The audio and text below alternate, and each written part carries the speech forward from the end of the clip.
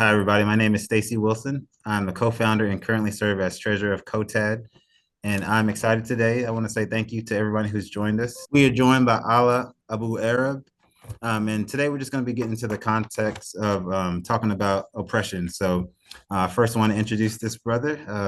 Alaa is someone who I've known for the past 16 years. And I can say he has always been compassionate and passionate about DEI initiatives. He is a practicing occupational therapist based in LA right now.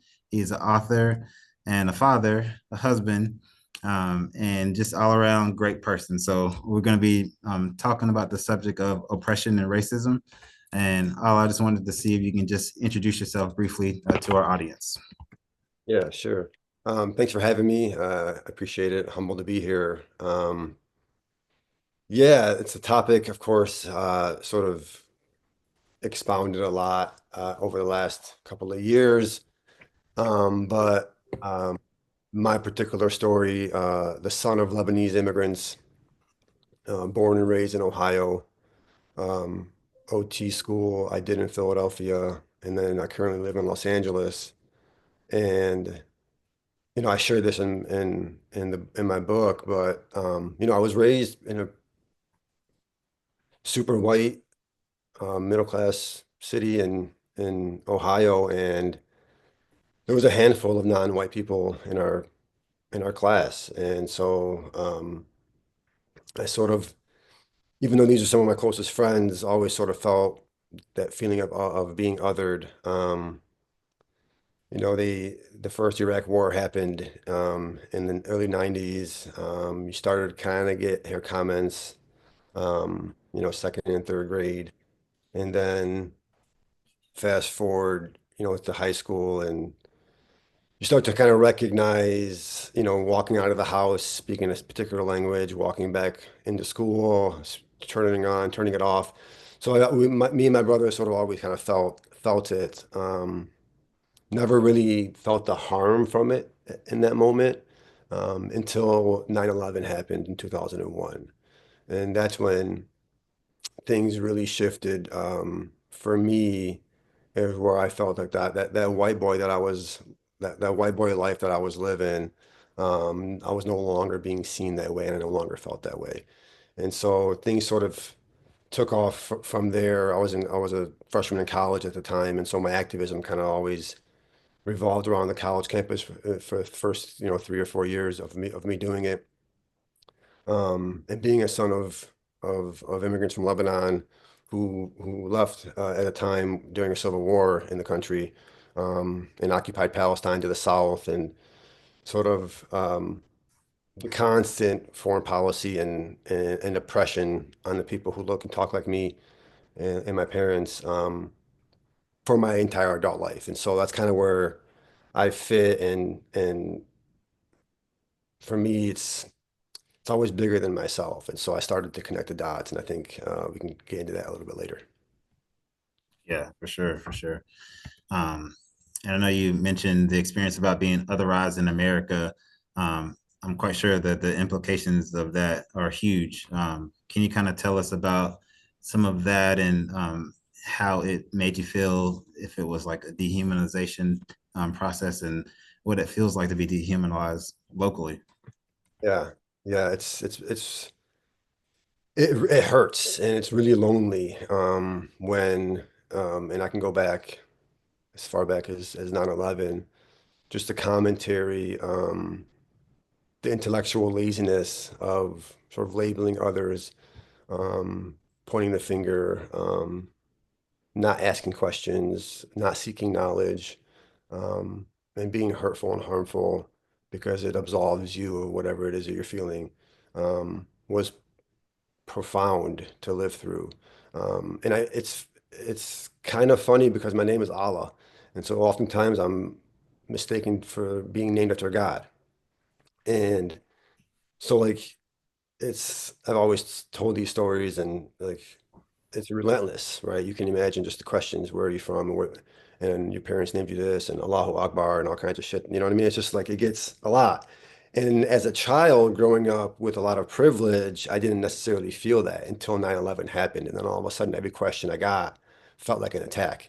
And it was, yeah, locally, it happened in our hometown of Ohio, and still happens in my hometown and all across the country.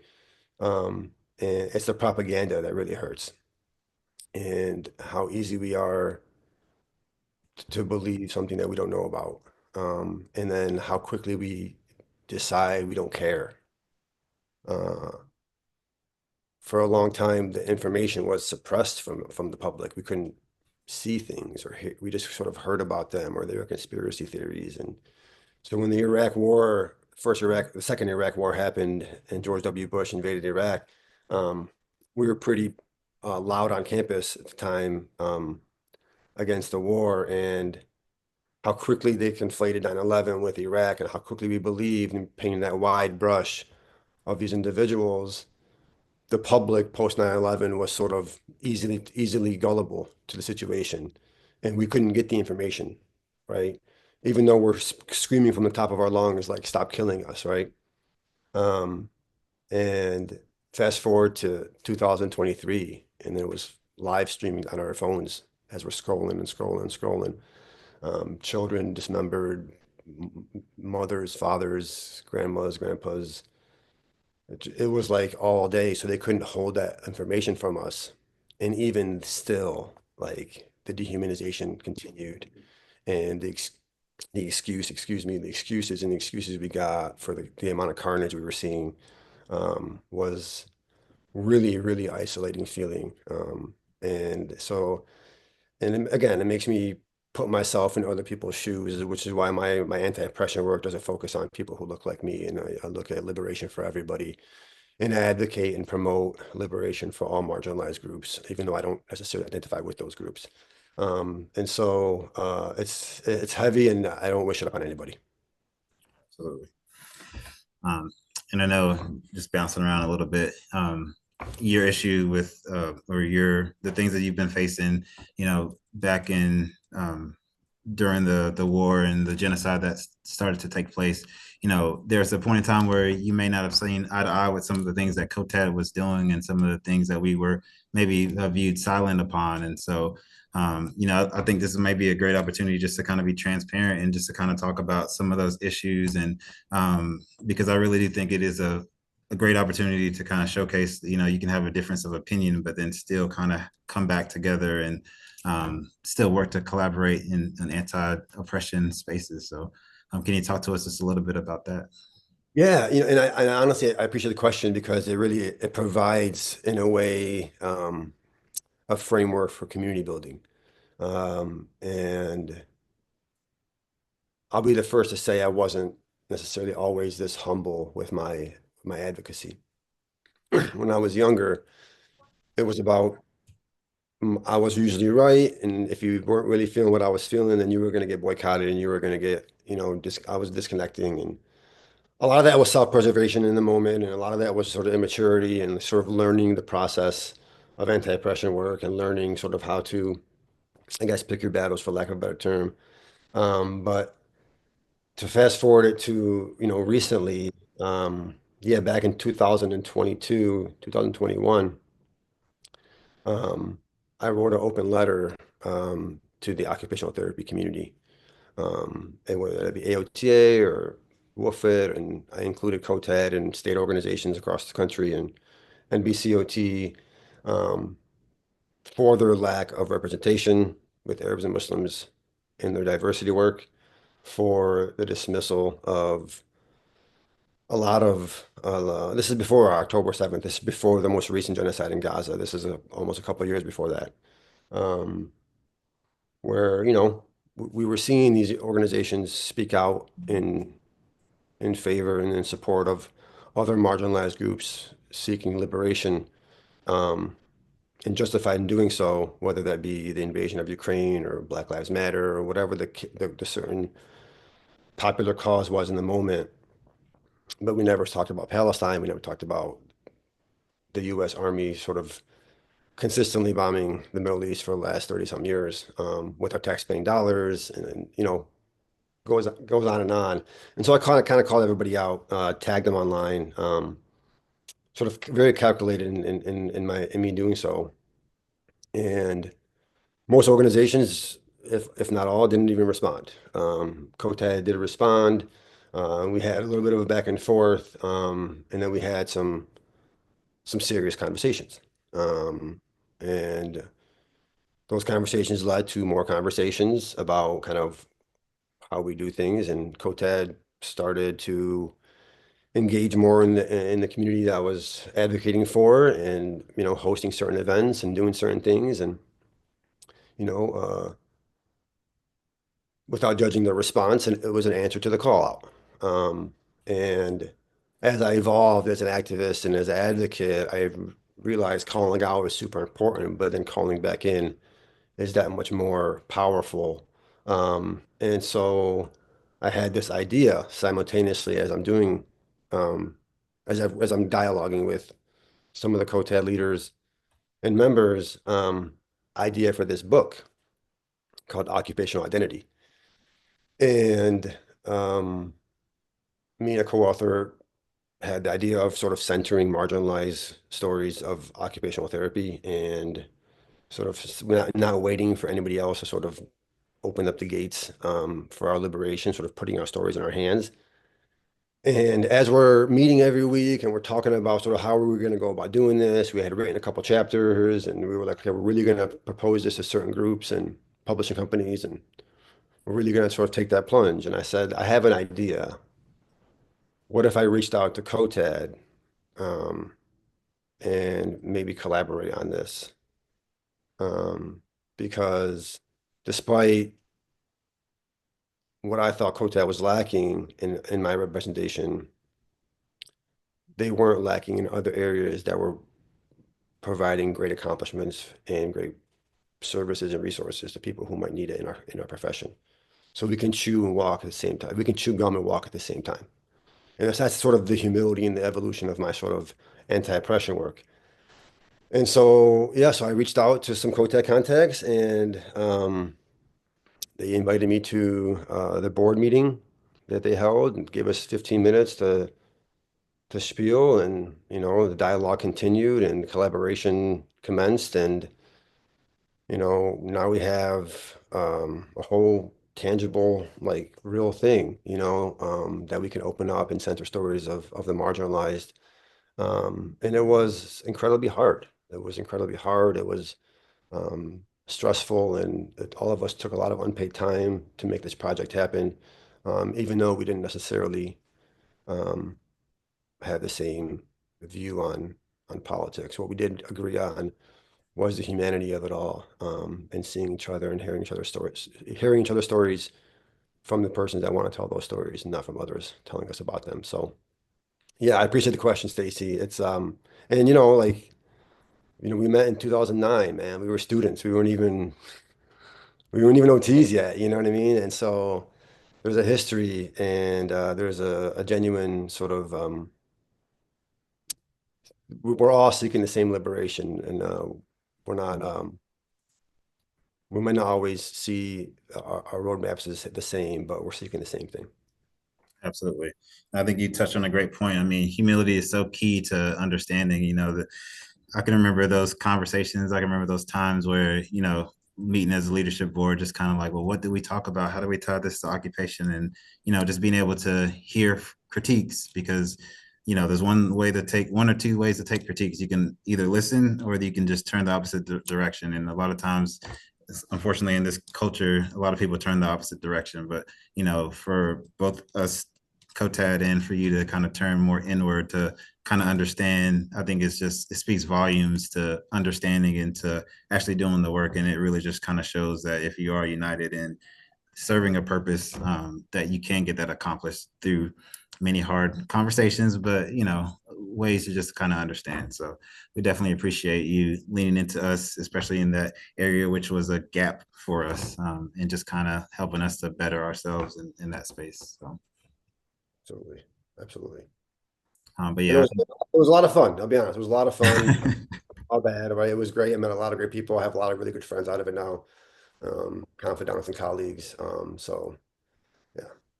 Absolutely, absolutely.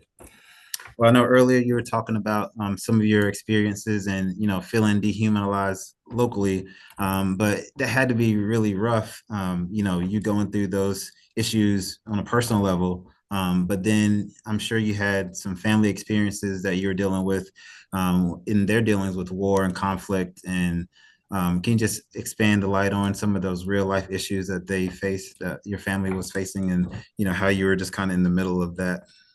Yeah, sure. Um, yeah, I don't mind sharing that at all. I will preface it all by saying that my my family being Lebanese, and in the sort of northern part, central part of Western Lebanon, it's they're in an okay place. And so they left the civil war, which we don't have enough time to talk about sort of how that manifested, but they left at that time, and family being there, me visiting Lebanon for the first time at around 10 or 11 years old, driving through Beirut and still seeing buildings um, that had been hit, decades prior, and so it was a lot for me as a child to see that. I was born and raised in Ohio and really super privileged, picket fences and football, and going and seeing that and really seeing sort of the poverty of it all was heavy as a child. When I got older, I realized we're actually in a pretty good place considering others. And as I mentioned before, seeing what we saw over the last 18 months and continue to see on our phones in Gaza, um, those people looked like my kid, they looked like my mom, they looked like it was like consistent like trauma. And I know a lot of my family, a lot of people, colleagues, friends who I know who are Palestinian and who are not, like it hit us bad. And it hit us where we can't even really sort of feel bad because we have to feel grateful. And it's really unfair to have to sort of live that. And then seeing the public sort of argue over your humanity, whether or not you're worth living or not, um, is entirely like, and it's just, it's a lot. And then it hit even closer where we thought we're okay, family wise. And then Israel invaded Lebanon, full scale invasion. And, you know, my mom and my grandmother are there. My dad's family is there, brothers and sisters and cousins. And so you start to wonder to yourself, okay, let's check on grandma. She's 90 something years old. We should be fine. Like, what do we do about the bank? Do we have to like take money out? Does she have enough meds to cover the rest of the month? And who do we get to go to the store? And, how is it going to get worse? And, are they going to have to evacuate into a safe zone? And is a safe zone safe? And, you start to think about what others have been dealing with over the last 19 months and checking the news. And, they're 10 hours ahead of me. I'm in California, so they're 10 hours ahead. And so I'm going to bed at night and they're waking up. What'd you wake up to? Are you good? And then I go to bed stressed out. I wake up in the morning. What did I miss? Um, yeah, I don't wish it upon anybody. And the steadfastness of the Palestinians in the midst of all this is unbelievable. And so you try and take strength in their steadfastness and be in solidarity with them, and it really helps sort of get things done on a daily basis. Because we still got like kids and we got work and we got, you go to your workplace and nobody cares, right? Your bosses don't mention it. There's no statements about anything. No one's even acknowledging, anything. You gotta beg and plead someone to say Happy Ramadan. Like you gotta ask for crumbs and the bare minimum. And it's a lot. It's a lot. It's a lot. And some of us aren't built to like deal with it. Some of us don't have it. Some of us shouldn't have to deal with it in the first place, right? So yeah, it's a good question, and I don't wish it upon anybody. Yeah. And I know it's bad enough that you have to deal with the internal thoughts, the grief, the despair, and things like that. Um, I wonder if you could talk to maybe how that impacted your, o- occupations, yourself personally, but then also the occupations of those folks that are actually going through it, internationally. Yeah. Yeah, and it's it's really a lesson in real empathy.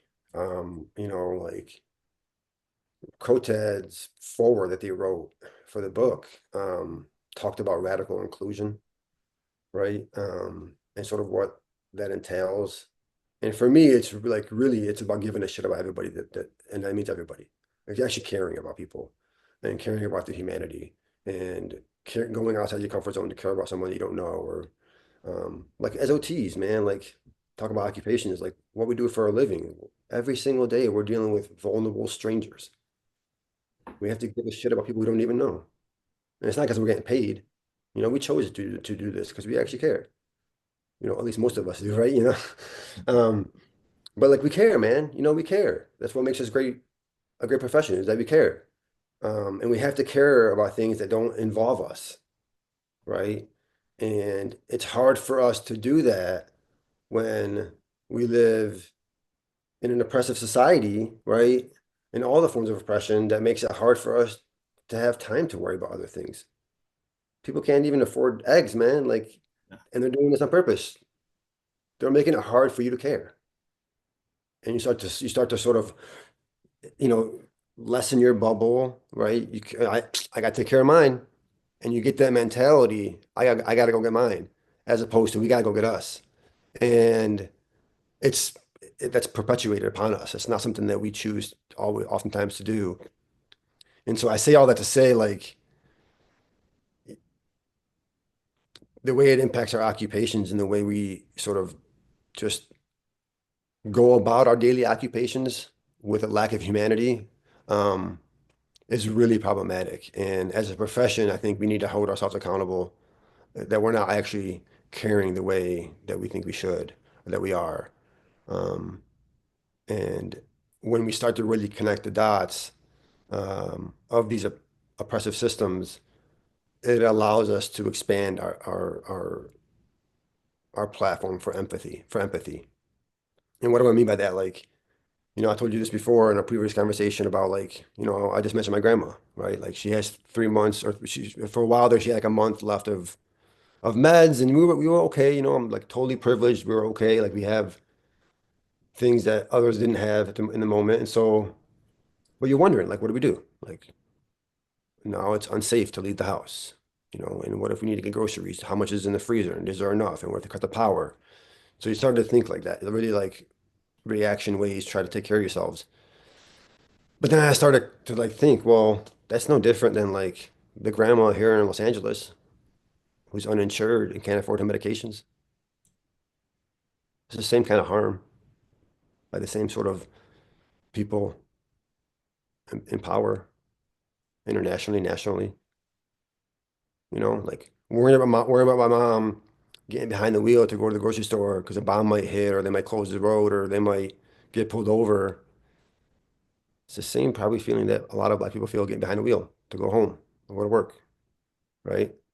And I think if we start to connect these dots, you build that solidarity. And we're seeing it. If I'm being honest, we're seeing that in a way we have never seen it before, right?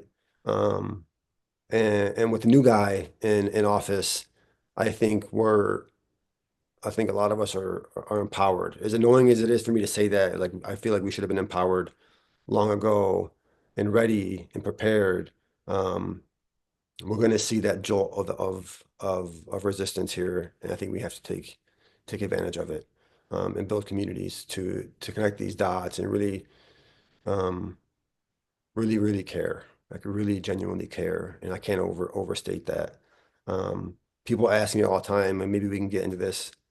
But people ask me about like what can we do? Like people in my community will reach out, students or colleagues or whomever, like what do we do?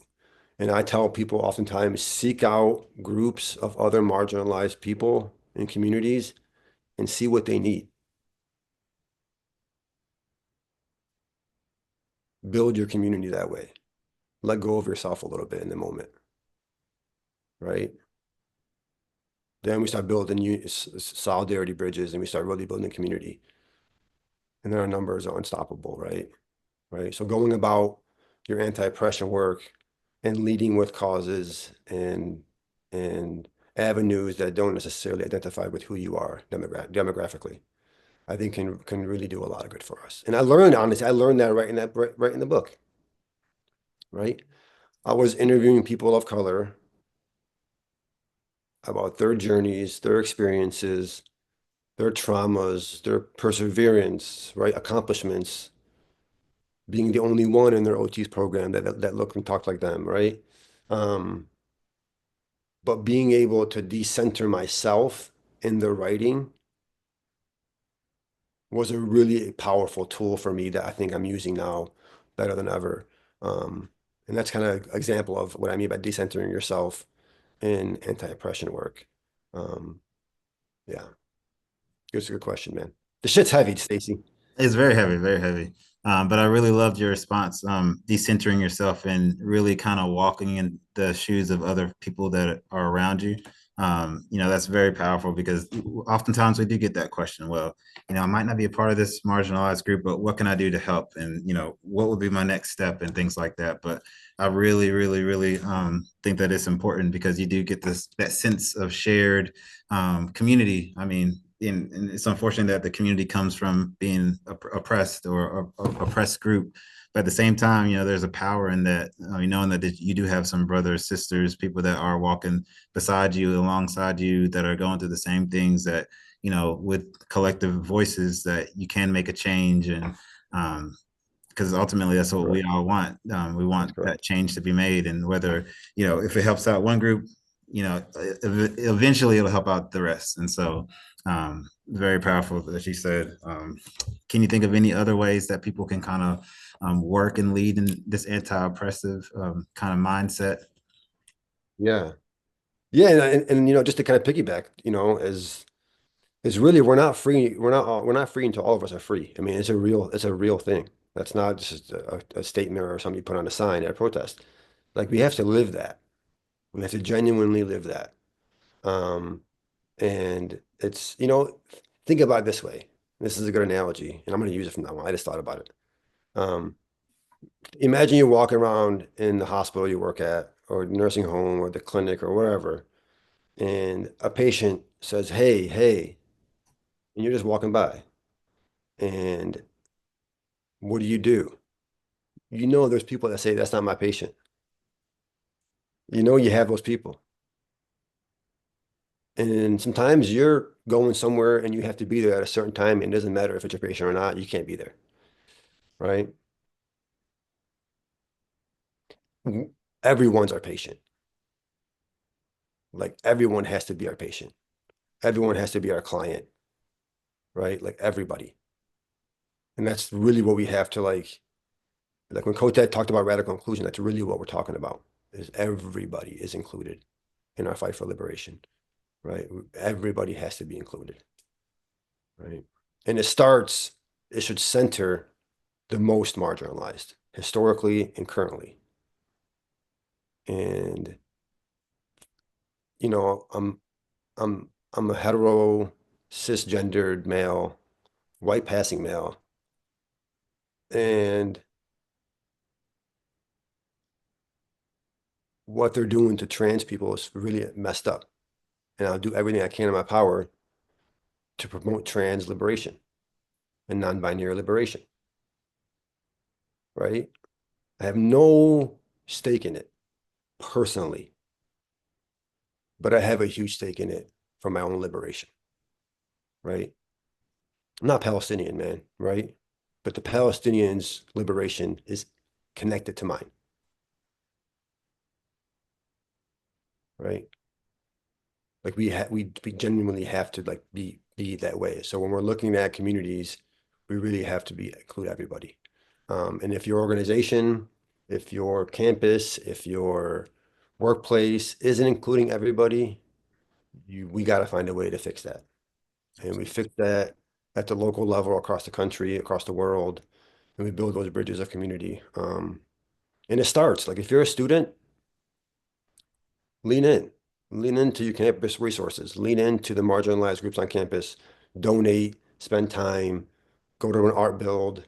Um, and if you're a practicing clinician, like, what's your campus doing? I'm not Latino, but you better believe I already asked my boss and my union rep, what do we do if ICE comes? Like, I know what to do, but does your staff know? I live in Los Angeles. They're here. They've been here. They've been here for a minute. I have no stake in the game. I'm a citizen, but the liberation of my undocumented siblings is intertwined with mine. It has to be. It has to be, Yeah. Yeah. you know? And so, yeah, I mean, it's not rocket science, you know? It really is not. Yeah, I definitely appreciate that. I love that analogy too. We have like no pass zones in our hospital, and that's exactly the same thing. If you're passing by a patient, you're expected to, if you can't address the problem, you can at least bring a voice to it. And that's exactly what I hear you saying, just to bring a voice to it. If you see an injustice, oppression happening in the community, in the, global United States, to just give voice to it. So I love that analogy. And I know we could spend hours talking about this subject, but I wanted to kind of wrap us up and just see if there's any other things that you'd like to share, any nuggets you want to leave us with before I give a closing. No, not necessarily, man. I appreciate the space. I appreciate the time, the dialogue. Um, we're gonna win, man. We're gonna win. Yeah. And Absolutely. I mean all of us. Um, Absolutely. I'll leave you with that, man. Yeah. So thank you so much. It has been very helpful to speak with you, just to hear your lived experience. I appreciate you being just open and vulnerable about your own lived experience with oppression. I've definitely learned a lot in this time, and I'm hoping many others who are tuning in will also hold on to the wisdom that was shared here. Um, a great resource, like you mentioned, is the book, the right there. It's on my right, the Occupational Identity book, to just kind of look into and get more content. But also, if you guys are interested in learning more about this specific type of content, I just encourage you all to become members of COTAD. We definitely have a link in our bio that's going to give you additional resources that you guys can look up. Please subscribe to our social media content for more related content. And thank you all again for tuning in. We very much appreciate your time.